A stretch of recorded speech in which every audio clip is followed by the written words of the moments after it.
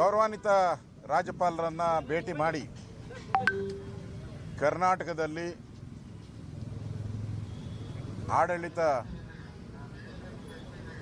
ಕುಸಿದೋಗಿ ಗೂಂಡಾ ರಾಜ್ಯ ಆಗಿದೆ. ಹೇಳೋರು ಕೇಳೋರು ಯಾರೂ ಇಲ್ಲದ ಪರಿಸ್ಥಿತಿಯಲ್ಲಿ ಒಂದು ರೀತಿ ಜಂಗಲ್ ರಾಜ್ಯ ಆಗೋಗ್ಬಿಟ್ಟಿದೆ ಕರ್ನಾಟಕ. ನೀವು ಕರ್ನಾಟಕದ ಮೊದಲ ಪ್ರಜೆಯಾಗಿ ಎಲ್ಲ ಆದೇಶಗಳು ನಿಮ್ಮ ಹೆಸರಲ್ಲೇ ಹೋಗ್ತಾ ಇದೆ. ಆ ದೃಷ್ಟಿಯಿಂದ ಕರ್ನಾಟಕವನ್ನು ಈ ಗೂಂಡಾ ರಾಜ್ಯದಿಂದ ಕಾಪಾಡಿ ಅಂತೇಳಿ ಗೌರವಾನ್ವಿತ ರಾಜ್ಯಪಾಲರಿಗೆ ಮನವಿಯನ್ನು ಕೊಟ್ಟಿದ್ದೀರಿ. ಮೊದಲನೇದು ಹೇಟ್ ಸ್ಪೀಚ್. ವಿಧಾನಸಭಾ ಅಧಿವೇಶನ ನಡೆಯುವಂಥದ್ದು ಬಿಲ್ಗಳಿಗೆ, ಪ್ರಮುಖವಾಗಿ ವಿಧಾನಸಭೆ ಪಾರ್ಲಿಮೆಂಟ್ ಇರೋದು ಬಿಲ್ ಮಾಡೋಕ್ಕೋಸ್ಕರ ಮೊದಲ ಆದ್ಯತೆ. ಆದರೆ ನಮ್ಮ ಗೌರವಾನ್ವಿತ ಸ್ಪೀಕರು ಮತ್ತು ಆಡಳಿತ ಪಕ್ಷದ ಮುಖ್ಯಮಂತ್ರಿಗಳು ವಿಧಾನಸಭೆಯಲ್ಲಿ ಚರ್ಚೆ ಮಾಡೋಕ್ಕೆ ಅವಕಾಶ ಕೊಡಲಿಲ್ಲ. ಯಾವುದೋ ಸಣ್ಣ ನೆಪ ಒಡ್ಡಿ ಆ ಬಿಲ್ನ ಚರ್ಚೆಗೆ ಅವಕಾಶ ಮಾಡಿಕೊಡದೆ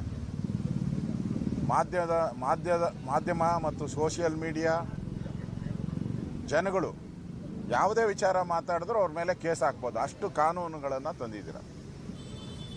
ಕೈ ಸನ್ನೆ ಮಾಡಿದ್ರೆ ಕೇಸ್ ಹಾಕ್ಬೋದು, ನೀವು ಕಣ್ಣು ಮಿಟಿಕಿಸಿದ್ರೆ ಕೇಸ್ ಹಾಕ್ಬೋದು, ನೀವು ಮಾತಾಡಿದ್ರೆ ಕೇಸ್ ಹಾಕ್ಬೋದು.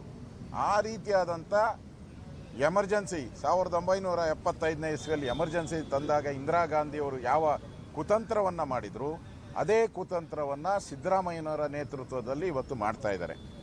ದಯವಿಟ್ಟು ಇದಕ್ಕೆ ಸಹಿ ಹಾಕಿದ್ರೆ ರಾಜ್ಯದಲ್ಲಿರುವಂಥ ಮಾಧ್ಯಮ ಮಾತಾಡುವಂಥ ಹಕ್ಕು, ಪೊಲಿಟಿಕಲಿ ನಾವು ಏನು ವಿರೋಧ ಪಕ್ಷಗಳು ವಿರೋಧ ಮಾಡೋಕ್ಕೆ ಭಾಷೆಯನ್ನು ಉಪಯೋಗ ಮಾಡ್ತೀರಿ, ಅದು ಎಲ್ಲ ಕೂಡ ಪೊಲೀಸರ ರಾಜ್ಯ ಆಗೋತ್ತದೆ.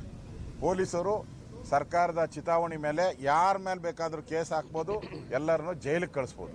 ಹಿಂಗಾದರೆ ಪ್ರಜಾಪ್ರಭುತ್ವ ಎಲ್ಲಿ ಉಳಿಯುತ್ತೆ? ಅದರಿಂದ ಈ ಕಾಂಗ್ರೆಸ್ ಮಾಡಿರೋ ಈ ಕುತಂತ್ರದ ಬಿಲ್ಲನ್ನು ದಯವಿಟ್ಟು ಸಹಿ ಮಾಡಬೇಡಿ.